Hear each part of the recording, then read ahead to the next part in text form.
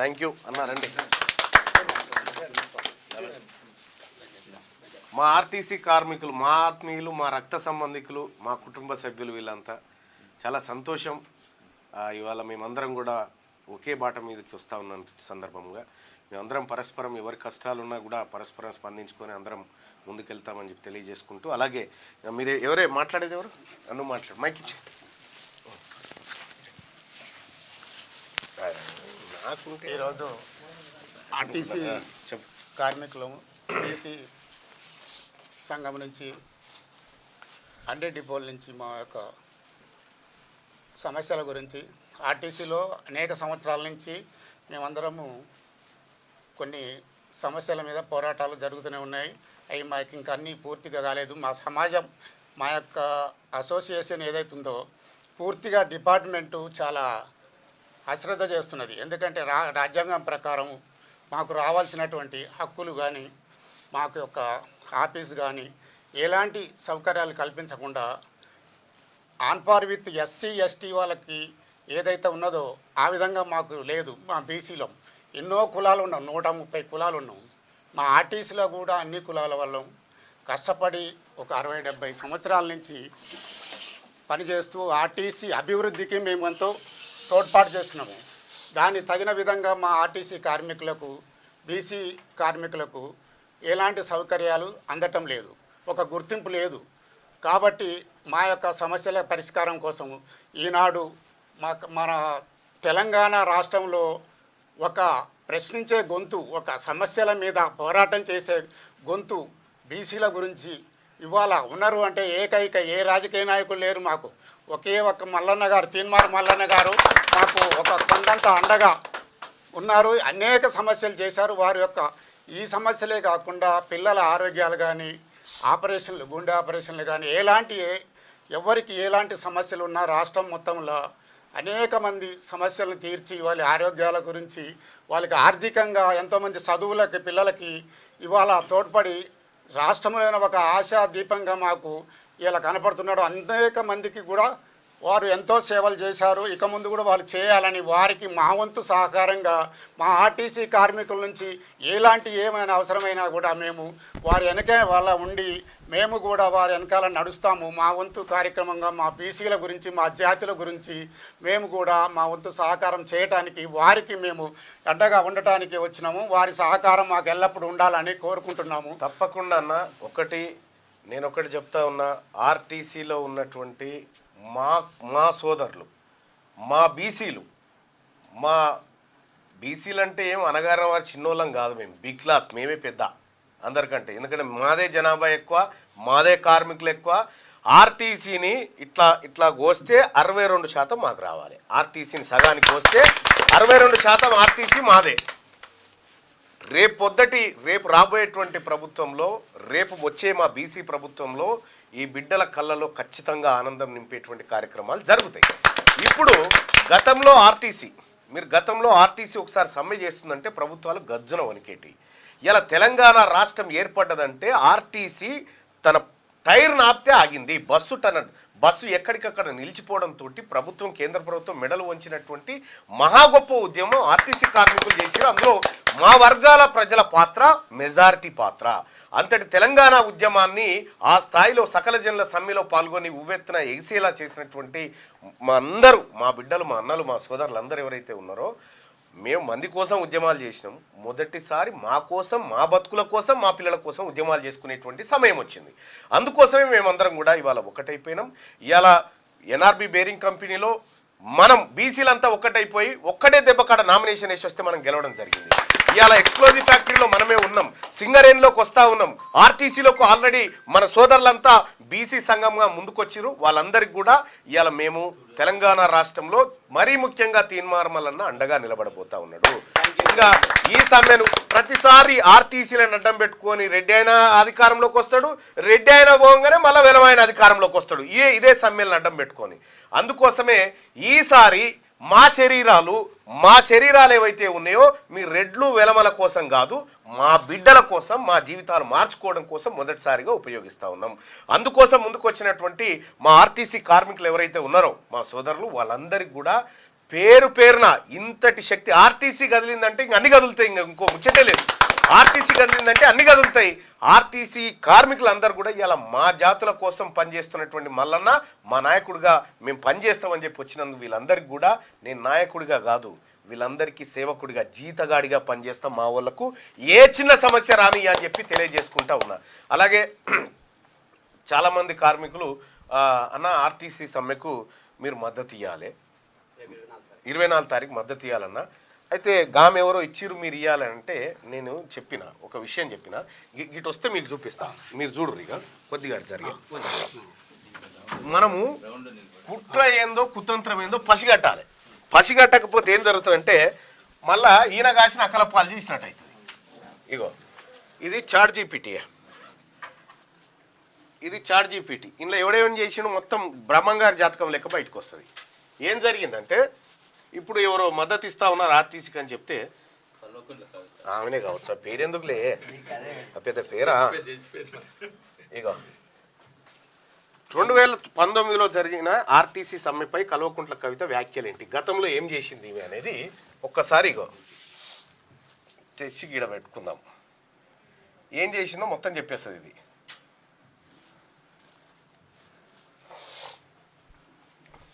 2019లో సమ్మె జరిగి 59 మంది ఆర్టీసీ కార్మికులు చచ్చిపోతే మిమ్మల్ని అందరినీ తీసేసిన ఏం చేసుకుంటారో చేసుకోపోరు అనేటువంటి కుటుంబం. అప్పుడు ఇగో ఇగో ఆమె ఏం చెప్పింది అట్లా, ఆమె ఏం చెప్పిందంటే ఆమె అప్పట్లో మీడియాతో మాట్లాడుతూ ఆర్టీసీ కార్మికులు ప్రజలను ఇబ్బందులకు కలగకుండా ప్రభుత్వం ఇచ్చిన అవకాశాన్ని ఉపయోగించుకొని వెంటనే విధుల్లో చేరాలని సూచించారు. సమ్మె వల్ల సాధారణ ప్రజలు, విద్యార్థులు, ఉద్యోగులు తీవ్రంగా ఇబ్బందులు పడుతున్నారని చెప్పారు. ప్రభుత్వం ఇప్పటికే ఆర్టీసీ సమస్యలపై చర్చలకు సిద్ధంగా ఉందని పేర్కొన్నారు. కార్మిక సంఘాలు రాజకీయ ప్రభావంతో సమ్మెను కొనసాగిస్తున్నాయని విమర్శించారు. ఎవరిని? కార్మికులను విమర్శించారు. ఆ సమయంలో అధికారంలో ఉన్న తెలంగాణ రాష్ట్రీయ టీఆర్ఎస్ నాయకత్వం కూడా ఇదే విధానమైన వైఖరిని ప్రకటించారు. అప్పుడు కేసీఆర్ చేసింది కరెక్టో అని కరాఖండిగా చెప్పింది కవిత. ఇవాళ వచ్చి మళ్ళా నాటకాలు. నేనేం చెప్తున్నంటే మనం బీసీలమంతా ఇలా పసిగడుతున్నాం కాబట్టి ఎవడెవడేందో మనకు అర్థమవుతా ఉంది. ఎవడెవడు దేనికోసం సమ్మె చేస్తుండు, ఎవడెవడు ఎవరి ప్రయోజనం కోసం చేస్తా ఉన్నాడని మనకు అర్థమవుతా ఉంది. ఇదైతే అబద్ధం చెప్పదు ఇక చాట్ జీపీటీ. అది అది అది అబద్ధం అయితే అసలే చెప్పింది. వీడియోలు అన్నీ ఉన్నాయి. ఇక రెండోది ఏంటంటే ఇదే ఆర్టీసీ కార్మికులు ఆత్మహత్యలు చేసుకుంటే మొద్దు ప్రభుత్వం, కేసీఆర్ ప్రభుత్వం ఏడ ప్రగతి భవన్లో కూర్చొని పట్టించుకున్న పాపాన పోకపోతే కామారెడ్డిలో ఆర్టీసీ కార్మికులు ధర్నా పెడితే ఆ ధర్నాకు నేను పోయినా, నేను పోయి మాట్లాడినా. సస్తే మీరు చావండి రా, తెలంగాణ కోసం, తెలంగాణ సాధించిన ఆర్టీసీ కార్మికులు ఎందుకు చావాలని చెప్పి ఆ రోజు డిమాండ్ చేయడం జరిగింది. అప్పుడు ఆ కామారెడ్డి ప్రాంతానికి ఎమ్మెల్యేగా ఎంపీగా ప్రాతినిధ్యం వహిస్తుంది కవిత. అప్పుడు అక్కడ ఆ ఎంపీకి ప్రాతినిధ్యం వహించుకుంటా ఆర్టీసీ కార్మికులు ఖబర్దార్, మీరు డ్యూటీలోకి రాకపోతే మీకు ఉద్యోగాలు లేవు అని చెప్పింది. ఇవాళ వచ్చి మళ్ళీ ఏమి నాటకం చూడండి ఆర్టీసీ కార్మికుల మీద. పోయిన పాపాన పోలే. ఇవాళ ఆర్టీసీ కార్మికులకు ఒక్క గోస కాదు, వాళ్ళు డ్యూటీకి రావాలంటే, డ్యూటీ సెలవు కావాలంటే శవం కాడికి పోయి సెల్ఫీ దిగాలే, శవం కాడికి పోయి సెల్ఫీలు దిగాలి. ఇంకా దాని మీద ఉండే పెత్తందారులు, ఆ డిపో మేనేజర్లు ఎవరైతే పై స్థాయిలో ఉంటారో ఇక వాళ్ళు ఆడిందే ఆట. ఈ పరిస్థితి పోవాలి. మాకు 62% ఆర్టీసీ పంచుతారా? పంచురిగా, మాది మేము బతాం. ఇక ఒకటే మాట, ఇక మీతో లొల్లేందుకు, మాది మేము పంచుకుంటాం.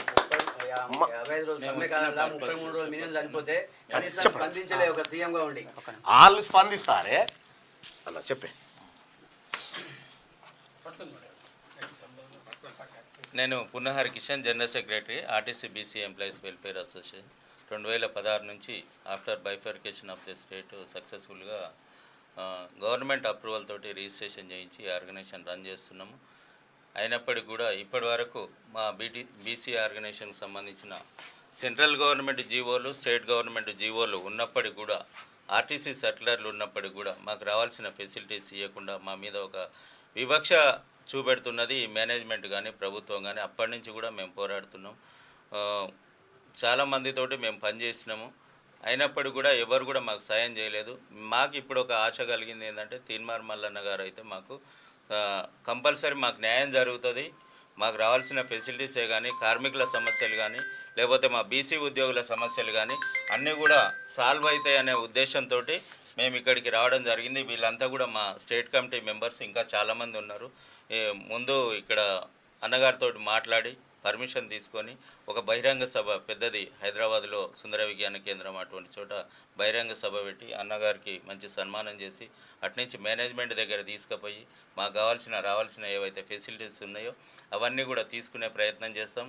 అలాగే అన్నగారు మా బీసీ ఉద్యోగులకు రావాల్సినవి ఇప్పియడమే కాకుండా ఆర్టీసీ కార్మికులు ఈరోజు దినదిన గండంగా నడుస్తున్నాయి, విపరీతమైన సమస్యలు ఉన్నాయి, వాటిని కూడా పరిష్కార దిశగా మరి సాల్వ్ చేస్తారనే ఆశతోటి మేము ఇక్కడికి వచ్చినాం. కంపల్సరీ న్యాయం జరుగుతుందనే ఆశతోటి వచ్చినాం కాబట్టి మాకు తప్పనిసరిగా న్యాయం జరుగుతుందని ఆశిస్తున్నాం. హరికృష్ణ అన్న ఏదైతే చెప్పిండో అన్న గౌరవాధ్యక్షులుగా తీసుకుందామనే ప్రపోజల్ తోటి వచ్చినాం. బీసీ ఆర్టీసీ ఎంప్లాయీస్ యూనియన్ కి గౌరవాధ్యక్షుడు కాదు, పెద్ద జీతగాని లెక్క ఉంటా. ఓకేనా? రెండోది ఏంటంటే ఇక్కడ ఆర్టీసీ కార్మికులు ఎవరైతే మా అన్నలు ఉన్నారో, అన్న నాకు ఒకటే జన్మ ఉందే, 2 లేవు, ఏం చేసినా నేను ఇప్పుడే చేస్తా. యాజమాన్యాన్ని దగ్గరికి తీసుకపోడు కాదన్నా, యాజమాన్యం మన దగ్గరికి ఎందుకు రాదో చూద్దాం అంటున్నా నేను. యాజమాన్యం ఈ ఆర్టీసీ ఎవరైతే ఆర్టీసీలో పనిచేస్తున్నటువంటి డిపోలలో మెకానికల్గా వివిధ టెక్నికల్ పోస్టులలో పనిచేస్తున్న వాళ్ళు కానీ, కండక్టర్లు కానీ, డ్రైవర్లు కానీ ఎవరెవరైతే ఉన్నారో వాళ్ళందరికీ కూడా నేను చెప్తా ఉన్నా, అన్న మన బతుకులు మారాలంటే మన కోసం ఆలోచించే వ్యవస్థ ఉండాలి, మన జీవితాల్లోకి తొంగి చూసేటువంటి వ్యవస్థ ఉండాలి. అది ఖచ్చితంగా తెలంగాణ రాజ్యాధికార పార్టీ, ఈ బీసీల పార్టీ ఖచ్చితంగా ఉంటుంది. మేము అండగా నిలబడతాం. మా ఆర్టీసీ కార్మికుల బిడ్డలకు ఎవరికైనా ముళ్ళు గుచ్చినా దానికి నాదే బాధ్యత, నేనే బాధ్యత వహిస్తా. మీకు ఏ ఒక్కరికి కూడా ఇబ్బంది కాకుండా ఖడ్గం పట్టుకొని నిలబడి మీ హక్కులు సాధించి పెట్టే జిమ్మెదారి బాధ్యత నేను తీసుకుంటున్నా. థ్యాంక్ యూ అందరికీ. అన్న మాట్లాడు సంపద. ముందుగా ఈరోజు తెలంగాణ రాష్ట్ర రోడ్డు రవాణా సంస్థలో పనిచేస్తున్నటువంటి ఈ అట్టడు వర్గాల సంబంధించినటువంటి బహుజన జాతి ఇవాళ తెలంగాణ రాష్ట్రంలో పనిచేస్తున్నటువంటి బస్సుపై నడవాలన్నా, ప్రయాణికులను ఈ తెలంగాణ రాష్ట్రంలో ఉన్నటువంటి బస్సులు 4 రాష్ట్రాలలో మనం ఇలా ప్రయాణం చేస్తూ ఉన్నాం. ఈ ఒక్క రాష్ట్రం ద్వారా 4 రాష్ట్రాల ప్రయాణికులను కూడా వారి ఏ రకమైనటువంటి బ్రహ్మాండమైనటువంటి ప్రయాణాన్ని అందిస్తున్నటువంటి అట్టడు వర్గాల బిడ్డలకు ఇవాళ కష్టాల్లో ఉన్నది. ఒకప్పుడు ఉమ్మడి ఆంధ్రప్రదేశ్లో ఉన్నప్పుడు ఉన్నటువంటి సమస్య కంటే తెచ్చుకున్నటువంటి తెలంగాణలో కొరివిలాగా తయారైనటువంటి సమస్యలను పరిష్కరించడానికి ఎవరొస్తారా అని ఎదురు చూస్తున్నటువంటి ఈ సందర్భంలో ఈరోజు బీసీ ఉద్యోగుల సంక్షేమ సంఘం మా జనరల్ సెక్రటరీ పున్న హరికిషన్ గారు, ఒకప్పుడు తారుమారుగా ఉండే మన బతుకులు ఇప్పటి నుంచి అప్పుడు ఒక లెక్క, ఇప్పుడు తీర్మారు మల్లన్న కనుక మనకు గౌరవ అధ్యక్షులు కనుక ఉంటే కనుక మనకు అప్పుడు ఉన్నటువంటి తారుమారు బతుకులు తీర్మారు మల్లన్న ద్వారానే మన సమస్యలు పరిష్కారం అవుతాయని కూడా ఇవాళ ఎదురు చూస్తున్నటువంటి మా కార్మికుల కళ్ళల్లో ఆనందాలు ఈ రోజు నుంచే కనపడతాయని కూడా నేను పూర్తిగా నమ్ముతా ఉన్నా. ఆనాడు ఏ పదవి లేకపోయినా అప్పుడున్నటువంటి ప్రభుత్వం పైన కానీ ఇప్పుడున్నటువంటి ప్రభుత్వం పైన కానీ సమస్యలపైనే పోరాటం చేస్తూ ఉన్నాడు తప్ప వారి వ్యక్తిగతంగా కాదనేది కూడా ఆర్టీసీలో పనిచేస్తున్నటువంటి కండక్టర్, డ్రైవరు, మెకానిక్, సూపర్వైజర్లు కూడా ఎదురు చూస్తున్నటువంటి సందర్భం.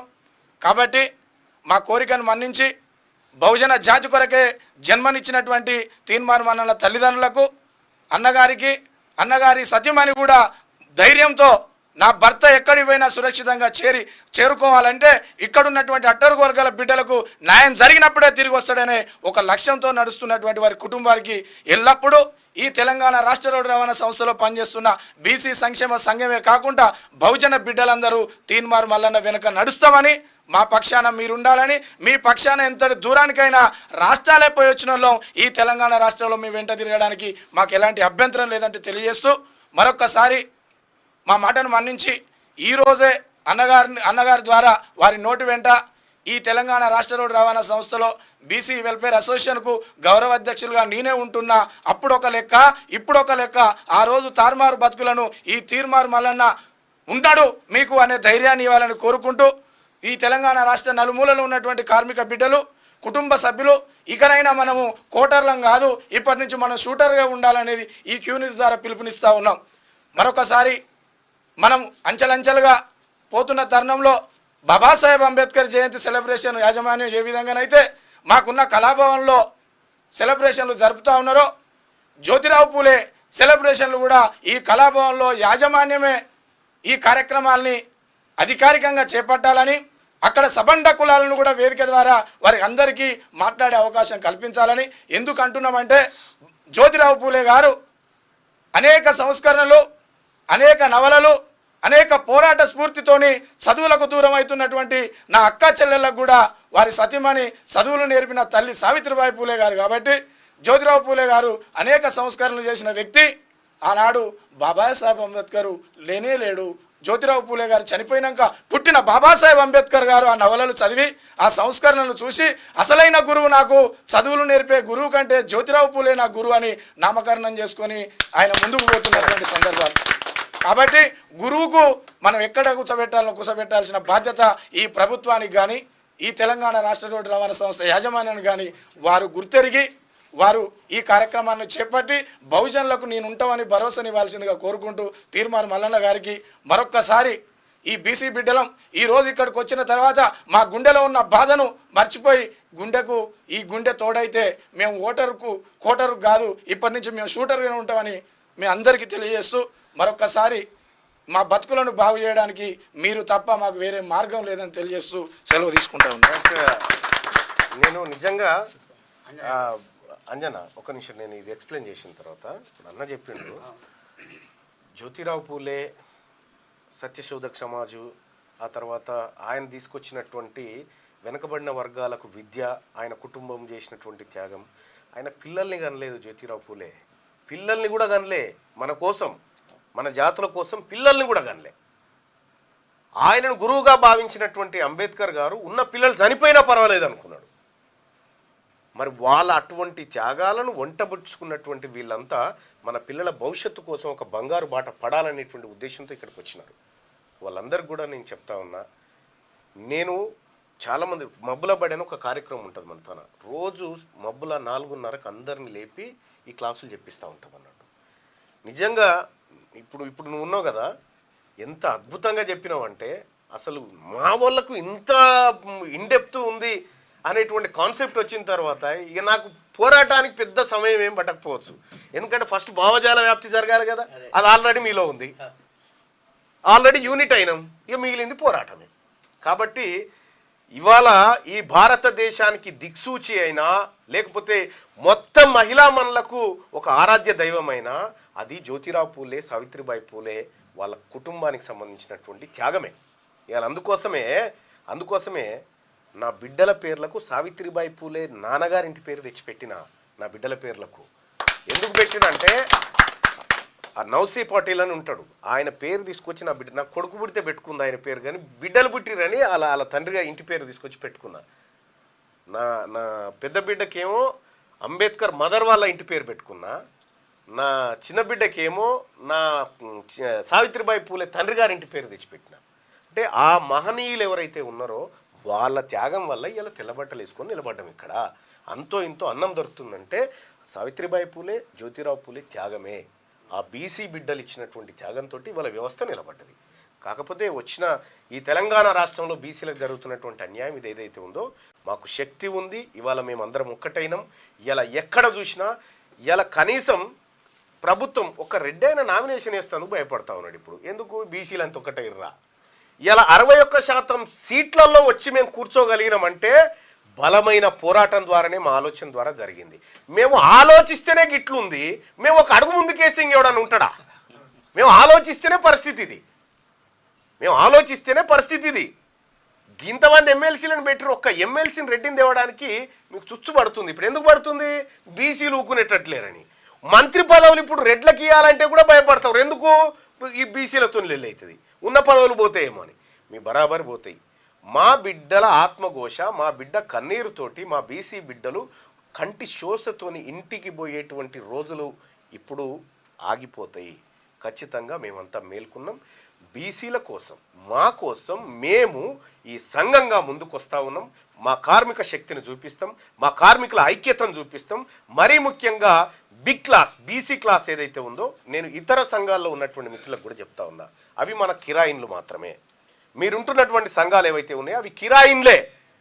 ఇది మన ఒరిజినల్ ఓనర్, ఇది ఒరిజినల్ ఇల్లు మనది. ఆ కిరాయిన్లు వదిలిపెట్టండి, ఆ కిరాయిన్లు వదిలిపెట్టండి. మీరు ఏం లేదు, మీ సంఘాల నుంచి గెలిస్తే ప్రభుత్వానికో ప్రతిపక్షానికో ఊడిగం చేసేటువంటి ఒక నాయకుడు పుడతాడు. కానీ ఇక్కడ ఈ సంఘాలు గెలవడం ద్వారా, ఈ సంఘాలలో నాయకత్వం బలపడడం ద్వారా ఈ ఇంటికి ఓనర్లు అవుతారు, ఈ రాష్ట్రానికి ఓనర్లు అవుతారు. మీరే అసలైనటువంటి నాయకత్వం వహిస్తారు. సో మరి కిరాయిన్లలో ఉండి జీతగాలుగా బతకాలా, మన ఆత్మగౌరవంతో మనం ఇక్కడ బతకాలా. మీరు ఇతర సంఘాల్లో ఉన్నటువంటి ఎవరైతే కార్మిక సోదరులు ఉన్నారో మీరు నాకు తెలుసాలో ఉండరు. ఎందుకంటే ఇప్పటిదాకా ఇది లేకనే కదా, ఒక ధైర్యము ఒక శక్తి మన దగ్గర లేకనే ఆయన ఏంటనో ఆ రెడ్డి గారు ఏంటనో ఈ రావు ఏంటనో పోయి ఆగమైనాం. ఇప్పుడు మనం వచ్చినాం, రండి మనం అందరం ఐక్యంగా ముందుకు పోదాం. ఆర్టీసీ మనదే, ఈ రాష్ట్రం మనదే, ఈ సంపద మనదే. Thank you so much. అలాగే ఏదైతే ఈ కార్మిక సంఘం ఉందో నా అన్నదమ్ముల కార్మిక సంఘం, ఇది మేమంతా పాయలుల లెక్క. ఇప్పుడు మా సంఘానికి గౌరవ అధ్యక్షుడిగా ఉండమని చెప్పి వీళ్ళు రిక్వెస్ట్ చేసినారు. 100% దాన్ని అంగీకరిస్తున్నారు.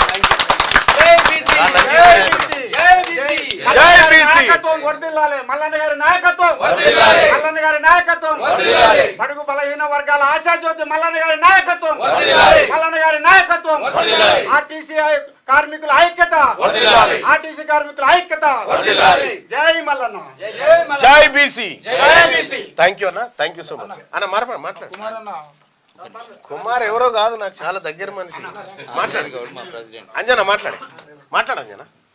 నా పేరు ఆంజనేయులు, నేను గట్కీసర్లో ఉంటాను. ఆర్టీసీ బీసీ సంఘం స్టేట్ ప్రెసిడెంట్గా తెలంగాణ వచ్చినప్పటి నుంచి ఉన్నది. అన్నగారికి ఒక విషయం చెప్తాను.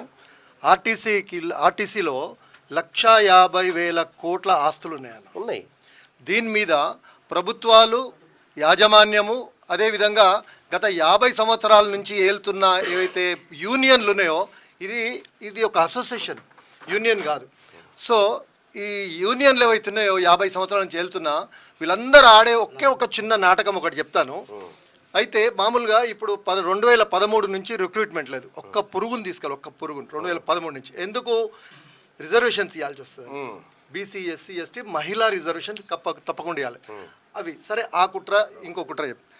అయితే అప్పటి నుంచి రిక్రూట్మెంట్ ఒక్క పురుగును కాలేదు, అనేక వేల మంది రిటైర్ అయ్యారు. ఇప్పుడు నేను కూడా అయ్యి 10 ఏళ్ళు అయింది, ఇక్కడున్న మా అన్న కూడా ఒక 2 ఏళ్ళు అయింది. సో అక్కడి నుంచి మరి ఆ పని అంతా ఎవరి మీద పడుతుంది? వర్కర్ల మీద పడుతుంది. అయితే వీళ్ళు ఒక డ్రైవర్ వస్తాడు, లేదా ఒక కండక్టర్ వస్తాడు, ఏయ్ డ్యూటీకి పో, డబుల్ డ్యూటీ పో అంటాడు. డబుల్ డ్యూటీ చేపిస్తున్నారు, ఓకే. డబుల్ డ్యూటీ చేస్తుంటే ఇలా ప్రజాస్వామ్యంలో కార్మిక చట్టాలు ఉన్నాయి. డబుల్ డ్యూటీకి డబుల్ వేతనం ఇవ్వాలి.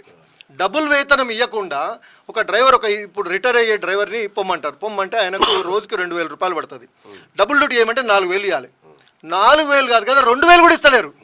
అడ్డా కూలీ లాగిస్తారు. 20 సంవత్సరాల నుంచి అడ్డా కూలీ ఇంత తీసుకో అంతే. దానికి చట్టం లేదు. యూనియన్లు ఎందుకు కొట్లాడలేవు? ప్రభుత్వం ఎందుకు చూస్తుంది?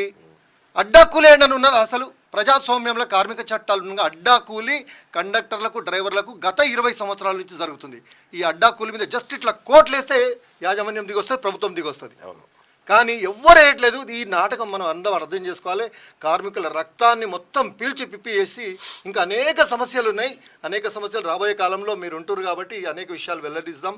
నాకు ఈ సమయం ఇచ్చినందుకు ధన్యవాదాలు. ఇంకా మాట్లాడండి, అందరు మాట్లాడండి. ఇది బయట సంఘం కాదు, మనది. అందరు మాట్లాడాలి, ఇక్కడ అందరు గొంతు ఉండాలి. ఈ ఆర్టీసీలో డ్యూటీ ఇస్తున్న వాళ్ళందరూ మ్యాక్సిమం ఇప్పుడు 100కి 90% మన బీసీలో ఉన్నారు. ఈ బీసీ వర్గాలకు ఎంత అన్యాయం జరుగుతుందంటే, ఆర్టీసీ యజమాని దగ్గర ఒక లీవ్ అడగడానికి పోతే కూడా ఫస్ట్ చూస్తారు, వీడు ఎవరు మనోడా అని చూస్తారు. లీవ్ అడగడానికి పోయినప్పుడు ఈ మనోడు కాదని చెప్పేసి ఫస్ట్ రిజెక్ట్ చేయమని చెప్తారు. ఆడ ఇంటికాడ సావు ఉండని, ఎమర్జెన్సీ ఉండని, ఏదైనా ఉండని. ఎంత అన్యాయం చేస్తారంటే ఆర్టీసీలు అంటే బీసీల కంటే అన్యాయం అంటే ఎక్కడ జరగదు. నాకు తెలిసి అయితే మ్యాక్సిమం ఎక్కడ చూడలేదు. ఈ ఆర్టీసీలో మాత్రం చాలా అన్యాయం చేస్తారు. లీవ్ల విషయంలో కానీ, డ్యూటీల విషయంలో కానీ ఫస్ట్ చూస్తారా బీసీలు. వీనికి ఏ డ్యూటీ పడుతుంది? ఒక డ్యూటీ సీనియర్ ప్రకారం, యాసిటివ్ సీనియర్స్ ప్రకారంగా డ్యూటీలు వేయాలి. వేసినప్పుడు అక్కడ ఏం చేస్తారు? అవి 2-3 ఆప్షన్ ఇస్తారు. ఆ 2-3 ఏం చేస్తారు? రెడ్లు వచ్చినానుకో, మనోడు వచ్చినానుకో, చెంచగిరి చేసిన కొంతమంది ఉంటారు కదా, వాళ్ళకి ఏం చేస్తారు? మంచి డ్యూటీ వేస్తారు. ఇక్కడ రాగానే ఏం చేస్తారు? ఈడు పలానోడు చెప్తే విన్నారు కదా, హార్డ్ డ్యూటీ వేస్తారు. హార్డ్ డ్యూటీ వేసిన తర్వాత బస్సు ఇచ్చేటప్పుడు ఏం చేస్తారు? వీడు ఆడు కదా, ఆ బస్సు ఇవ్వడం చక్కగా ఇయ్యరు, లేట్ ఇస్తారు. లేట్ ఇచ్చిన ఇప్పుడున్న ట్రాఫిక్ ఏం చేయాలి? ఫుల్ డ్యూటీ చేయాలి. ఫుల్ డ్యూటీ ఇప్పుడు టైం అయిపోతుంది కదా, నెక్స్ట్ సెకండ్ డ్యూటీ వాళ్ళకినా టైంకి పోవాలని అడిగితే హాఫ్ అన్ అవర్ గంట లేట్ అయినా కానీ గంట లేట్ అయినా కానీ క్యాన్సిల్ చేయరు. క్యాన్సిల్ చేస్తే ఏం చేస్తారు, నువ్వు ఆ రోజు క్యాన్సిల్ చేసావు కదా షార్ట్ షీట్ ఇచ్చేసి దానికి ఇంక్రిమెంట్ తింటారు. ఆ విధంగా చేస్తారు. మేము కొన్ని యూనియన్లు అని చెప్పి అసోసియేషన్ వాళ్ళు ఎంబడి పనిచేస్తూ చేస్తున్నాం కదా, మా నాయకత్వం మా జనరల్ సెక్రటరీ వాళ్ళు ఏం చేస్తారు, అంతా రెడ్డిలే, వాళ్ళకే ఊడిగం చేయాలి. అన్న మేము ఇట్లా చేసామంటే అరే చూస్తామా అంటాడు. ఇప్పుడు మాకేంటంటే ఇప్పుడు కళ్ళు ఎట్లా చేసామంటే, ఇప్పుడు అన్నగారు వరంగల్లో మీటింగ్ పెట్టినప్పుడు కానీ రోజు న్యూస్ చూస్తుంటా, మన ఆర్టిస్టులు అయినా మన పెద్ద పెద్ద లీడర్లు చాలామంది బీసీల గురించి మోటివేట్ చేస్తే అవన్నీ బాగా వింటున్నాం.